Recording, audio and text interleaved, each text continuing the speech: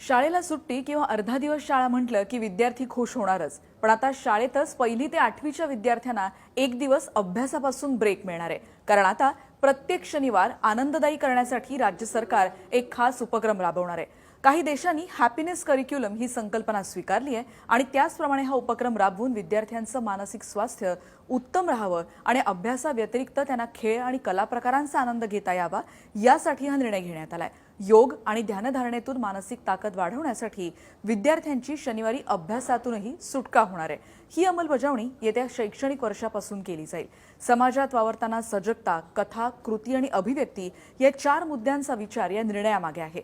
मानसिक आरोग्य स्वस्थ राखणं, त्यांच्यामध्ये सामाजिक आणि भावनिक कौशल्य विकसित करणं, शालेय स्तरावर येणाऱ्या ताणाचं व्यवस्थापन, विद्यार्थ्यांना सक्षम बनवणं, आत्मविश्वास निर्माण करून नैराश्यावर मात करण्यासाठी त्यांना सक्षम करणं हे या उपक्रमामागचे मूळ उद्देश आहेत, असं शिक्षण विभागाकडून स्पष्ट करण्यात आलंय।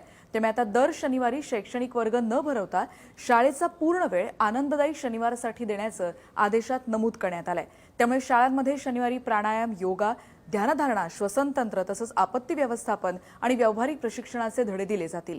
त्याचबरोबर वित्त व्यवस्थापन, आरोग्य रक्षण कसं करावं, रस्ते सुरक्षा, त्याचबरोबर नातेसंबंध हाताळण्याचं कौशल्य देखील यात शिकवलं जाणार आहे। महत्त्वाचं म्हणजे आनंददायी शनिवार उपक्रम सुरू झाल्यानंतर शाळांना शनिवारी कोणत्याही विषयांचे वर्ग घेता येणार नाहीत आणि शाळेचा संपूर्ण वेळ हा आनंददायी शनिवारसाठीच वापरायचे स्पष्ट आदेश शिक्षण विभागानं दिलेत। त्यामुळे शनिवारी शाळेत गेल्यावर पहिली ते 8वीच्या विद्यार्थ्यांची अभ्यासातून सुटका होणार आहे।